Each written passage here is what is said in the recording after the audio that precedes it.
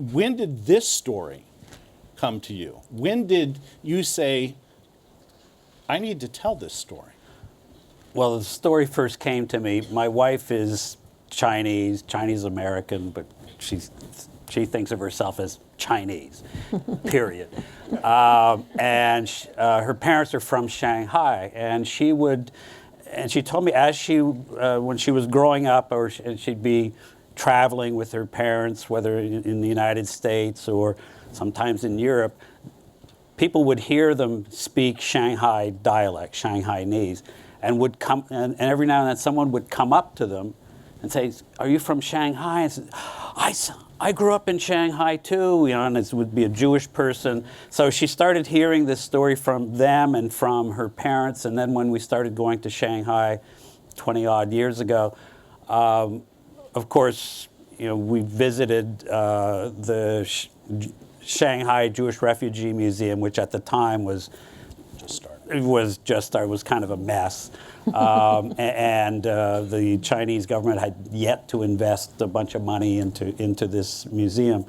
And my wife was interested in the Chinese diaspora and also the Jewish diaspora, and I was also interested in the Jewish diaspora and basically of diasporas, period. So I already had this interest in the story. And then I heard more when I hired Keith as a staff writer on producer on Law and Order, and he started telling me about his father who grew up also in Shanghai, as you know, and I would ask him, well, why don't you take him back? And, he doesn't want to go back. So, well, why? He says, he can't stand the sight of rice anymore. He just had too much rice when he was growing up. So I had that interest.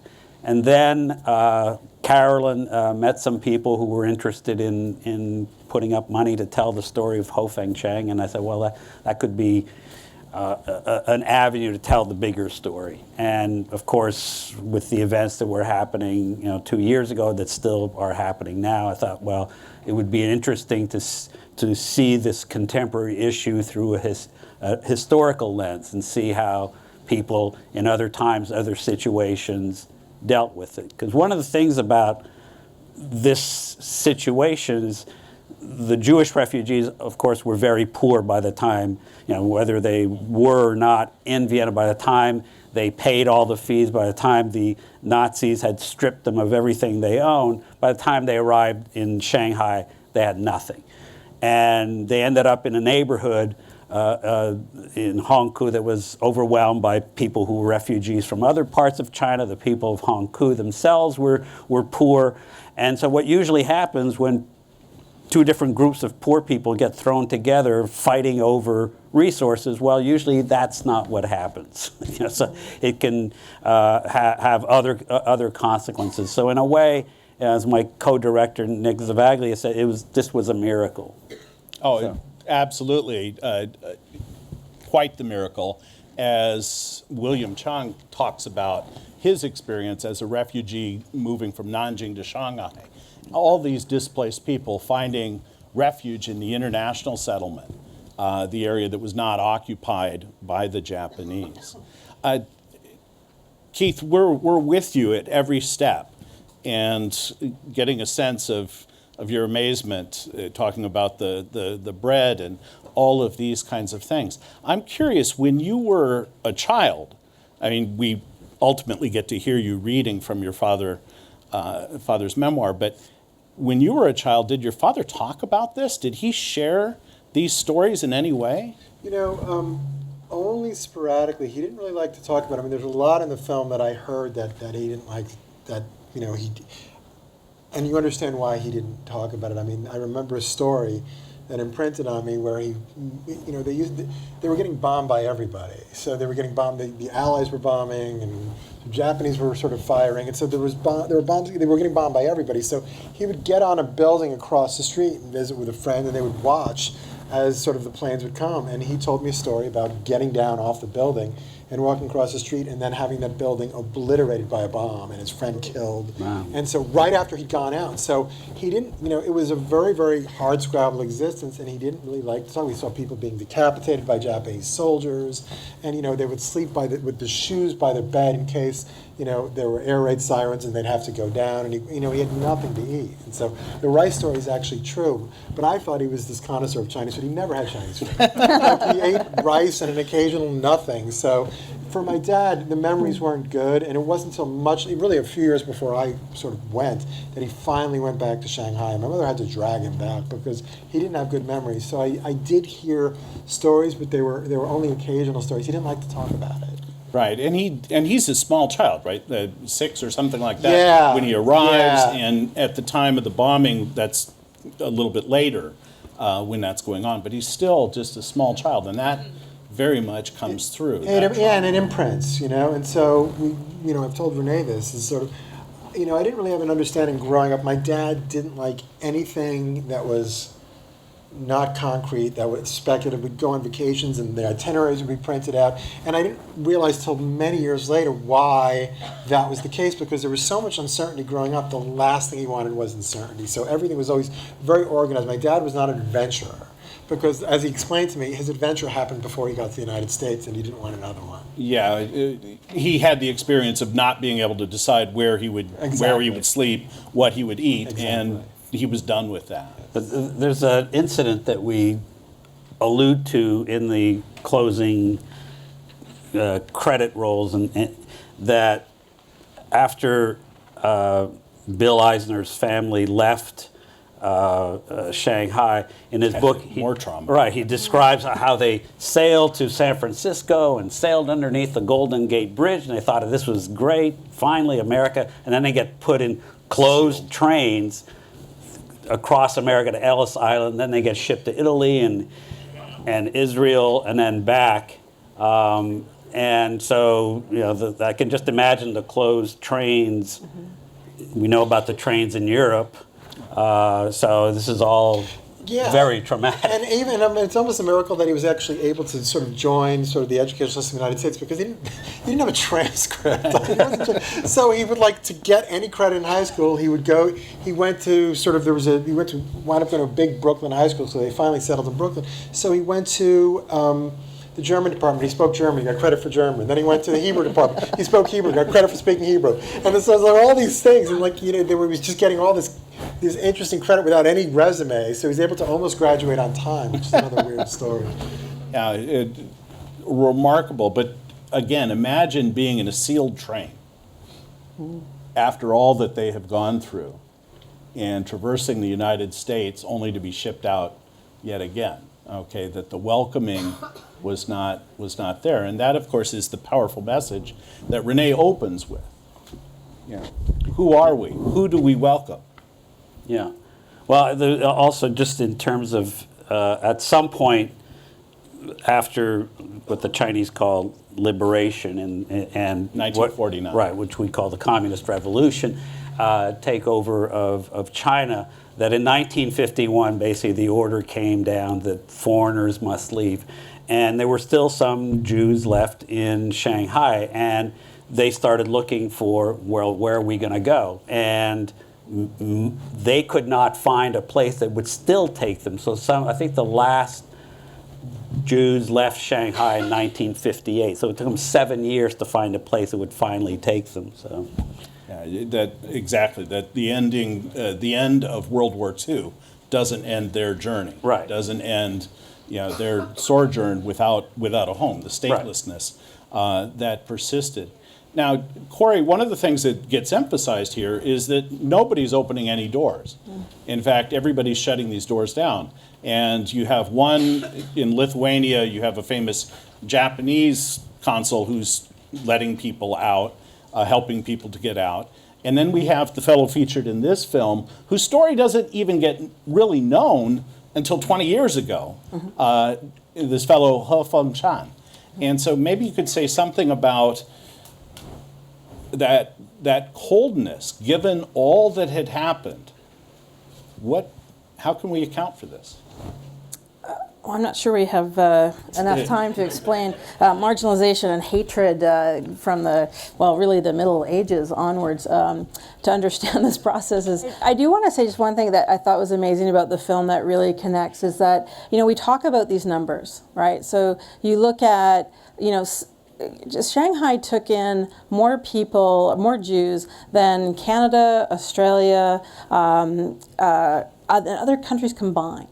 Right, so it's this moment of not only rescue, but 18,000 just from Germany and Austria show up, and before that, there's less than 1,000 Jews in that city. It's like suddenly they're creating an entire new city there, and they're finding welcome. And I can tell you that the stories in the archive. So we think of these great numbers, but it's 17,000 individuals, like your dad. Like it's 17, 18, up to 25,000 when you get the second wave from Poland.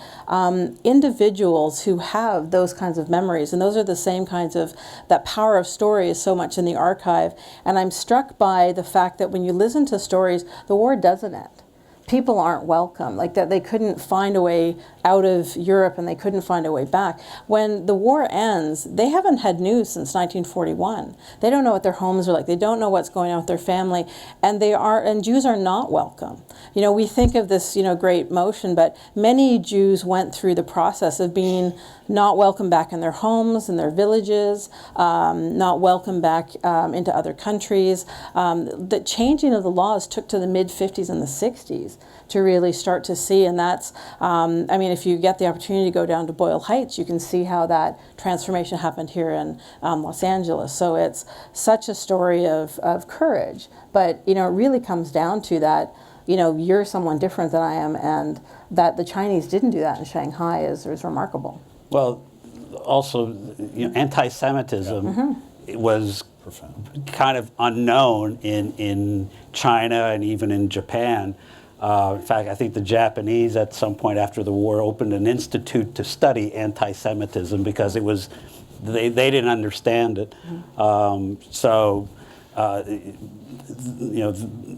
Most of the people in China didn't really know what Judaism was, and of course they didn't have, the missionaries telling them that and priests telling them that you must, they killed Christ because they go, what, who? Yeah. Well, that raises a very important point. So, although the Japanese and Germans are allies in this war, the Japanese banned the translation and publication of Mein Kampf in Japan until 1943.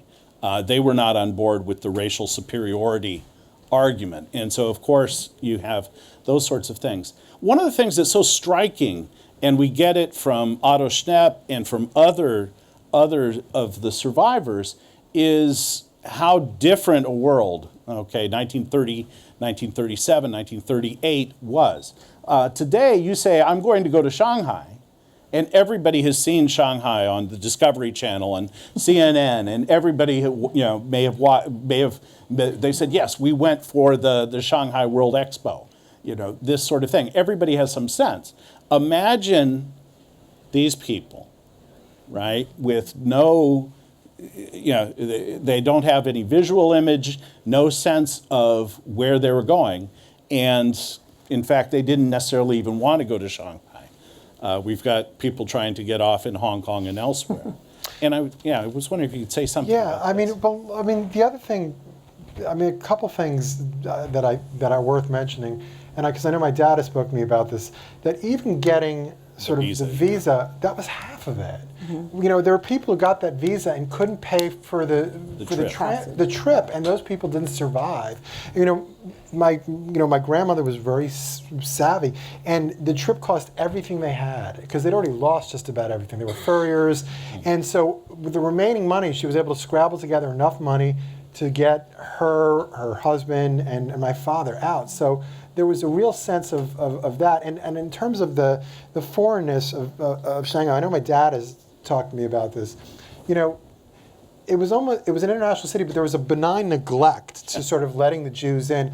But at a time when everyone else was trying to kill you if you were Jewish, a benign neglect was an embrace. And that's the weird thing about it, which is like they let us come ashore and they didn't stop us. And they were all trying to show their documents. Like the film talks about, they didn't want to see the documents. And this was such a welcome. It was like having a brass band there to welcome you, that no one was trying to stop you and see your documents. Yes, you were left to fend for yourself. So yes, for a small child, there was this there was this horror of losing everything. But I think more for my grandparents, there was a relief that that they were at least going to be given a chance to survive, and that people weren't trying to kill them.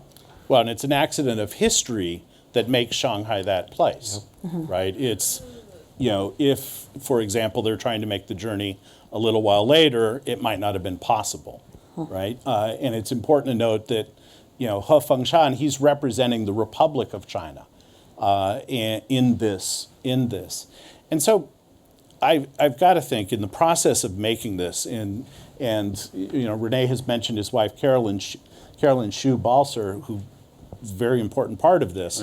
Right, standing there with the pink shawl. She finally got here. Without her memories and her nudging, this film doesn't get made. And so we're extremely grateful. There must have been, at every turn, discoveries. First of all, how do you find these survivors? I knew Otto Schnepp, I worked with him. Right. So I knew his story, but how did you find? Well, if you find one, they usually, it's. I wouldn't say it's quite a network, but almost. They'll know 10, they'll know 15, and so that's how, we started with a couple of people up in Toronto because Right. I'm Canadian, and this was a Canadian production. And from there, we got contacts on the West Coast, then down to West Palm Beach. So, that's how we've found everybody. Finding the Chinese side. people was a little more challenging, and the conceit at the beginning is we were going to find lots of families who knew each other, and then they somehow kept relation. And we found basically one set of people who were the two ladies at the end, and the question that's kind of a little bittersweet that that Suzanne asks about, my father was very sad that why we never heard from you, and then you start thinking of, the Vera's family was trying to find some place to get resettled, and then there was something called the Cultural Revolution, and so of course communications was very difficult from the outside and from foreigners. I think if a foreigner had tried to contact Suzanne's family, I think that would have raised suspicions. So it's history intervened to again prevent this communication, but it was interesting, finding the Chinese side was challenging, but then we found this gentleman who has a Chinese American child, granddaughter, and so it was all. If you go on our website, abovethedraowningsea.com, there are other stories, other videos of stories that didn't make it into the film. One of them is about a man whose grandfather got some books from a Jewish family that was leaving, and it's 1,900 books in English and German, and the family has kept these books even during the Cultural Revolution when the Red Guard came and tried to burn these books outside, and it rained and put the fire out. So, and these books take up a whole room, and these people don't have a lot of space. But the grandfather kept the books, the father kept the books, the son kept the books, and he shows them, and he's just hoping that somehow somebody's going to see this and then claim the books. And could not read most of them, probably. Probably none of them. None of them, Yeah. right? And some of you noticed, I'm sure, that Ms. Zhou's father, the picture that she holds up from him, is from the Cultural Revolution. He's got a Mao badge on during that. And so, the amazing thing is the memories are still there. Yeah. Right? And, this fellow whose reference is, I don't remember what happened yesterday, but I remember these families. I think because it's the thesis of the film, which is the welcoming of refugees, I'll tell a very quick story, which is, my father, it took years to go back to Shanghai and years to go back to Vienna, and he found his old street in Shanghai, and he found his old street in Vienna, and he felt very welcomed in Shanghai. And when he went back to Vienna, he found his building, and he announced to somebody, who he was. And the guy's like, "Let me buy you a beer." And my father speaks German, and he brought him into a pub, and it was sort of a younger person, 30s and 40s. And he sat down to have a beer with my dad, not knowing my dad's story, just knowing my dad grew up here. And he started to complain to my dad about refugees in Vienna. And the refugees are ruining Vienna, and that's the last time my dad went back to Vienna, and the only time he's been back to Vienna. So I found that as sort of stark and kind of a bit of a sort of a horror story about going back and not being welcomed as a refugee. Well, Vienna, that's the place where everyone thinks that Beethoven was was Austrian and Hitler was German. Where these walls, and in fact, at the time this film is being made, of course, we've got refugees from Syria risking everything to cross the Mediterranean, right? So these enormous, enormous challenges. Corey, you are the education director for the Shoah Foundation, and the Shoah Foundation is best known for these thousands of hours of people remembering, surviving, and these sorts of things. And some portion of these folks passed through Shanghai. And I was wondering if you have some idea about those resources that people here could go and access. Yeah, I mean, it's remarkable in looking at the stories of Shanghai. We have about 433 testimonies of the refugees themselves.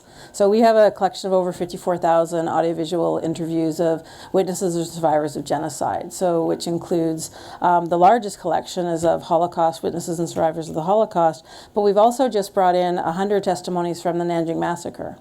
A number of which talk about what was happening in Shanghai, but also talk about very similar processes and experiences of refugee experiences in Nanjing, but also in Harbin. So there are Jewish communities all over China that have these experiences. But when you start to broaden the search, there's over 900 testimonies that talk about passing through China at one time or another from Jewish individuals, either before the war, during the war, or later after the war, going through and seeing the experience. And as the Shanghai Museum, the Refugee Museum, has evolved over the last number of years, it's become a remarkable site of cross-cultural relationships. And the story of Vera has actually become this mythology of national reconciliation and how the country came together to find this for your film. And I was just there a few months ago, and it's a stop on the tour now to talk about Vera and how the Chinese government and the police and the TV came together to find this. But just the number, it's amazing when you look at, I think one of the questions Clay asked me to think about was how many are left in China afterwards, and in Shanghai, less than 1,000. But many of them, where they go, some of them went back to Europe to try to find family. And so when we think about refugees and where they reside afterwards, like the stories, like your father's story is not unusual. Like that's the sadness of the lack of welcome for the diaspora. But people would spend a year, so they would think, oh, Palestine's opened up. Oh, Israel's opened up. And then they think, well, this isn't where I actually wanted to reside. And, you have people living in 4 and 5 countries before they actually find home again. And it's really, that's a remarkable element. And the refugees in Shanghai have one of those kind of experiences. But there are thousands of stories of people who passed through China and people who lived in China. And we've just launched our first fully Chinese New Dimensions in Testimony, which is a 3-dimensional survivor of Nanjing Massacre whom you can talk to. And we use natural language for their answers to come back. So it's a growing part of the archive. And there are thousands of stories like this that are just remarkable. But there are a couple of Jews who stayed in China. One, Yisrael Cohen, I think, who stayed and became the editor of the China Daily, which is sort of the English language propaganda arm of the Chinese Communist Party. I think he's still, he passed away in Beijing. He had a kind of a rough time during the Cultural Revolution. He was in prison and was released. And even Chu Enlai apologized to him. And then Sidney Rettenberg, who's now back here, but he's stayed in China because he believed in that cause. Yeah, no, Sydney actually is not sat on this stage, but is sat on other stages here at USC. He comes here every spring. He's an old friend of the university, and his story is somewhat different. The Army taught him Chinese. The U.S. Army taught him Chinese. He was already a member of the Communist Party and joined the Chinese Communist Party. He was the only American citizen who was a member, a public member of the Chinese Communist Party. He had 2 long stretches in solitary confinement as part of his reward. But in any case, so we have these kinds of stories. And you have received accolades for, Law and Order and specific episodes with regard to Planned Parenthood has recognized you, the American Bar Association has recognized you, these sorts of things. I'm curious about the difficulty of see, we had standing room only here. And there's going to be another screening at the Huntington Library and Gardens, so tell friends to go to that, okay? Is it sold out also? There's going to be one at the Skirball. Skirball. January at the Museum of Tolerance, I think later this month. And at that other university, UCLA. Yeah, we've heard of that place. Yeah, they've heard of you too. Yeah, yeah, absolutely. And so, in fact, good friends. But no, so it's good that it's getting that exposure. What's the next step? Because this is an important story. And what's the next step to make sure that we have a number of teachers who are in our teacher training program and things like that? How do we get the story more widely disseminated? Well, the film is owned by some investors who are complete neophytes in this area, and I've tried to offer my advice on distribution, and they're confused, and this is a project that was sort of out of pocket, and they don't know what they're doing. So at some point we're going to sort that out. But in the meantime, it is screening at various places in the U.S. Again, if you go to the website, abovethedrowningsea.com, under screenings, you'll see where it's playing. It's also playing at some film festivals. It'll be playing in London and Hong Kong, and so where there's chaos, there's opportunity. Exactly. Yes. Yeah. No. So definitely tell others to take advantage of these other screenings, and of course remind them that you've already seen it at USC. But as you said, there's some things that couldn't go in for reasons of time or narrative or any number of things. What pained you most to leave out? Well, there's an interesting interview with A.B. Yehoshua, the Israeli author, about exile and the Jews, and his view is a bit of a contrarian view, but there was no room for it. But it is on the website.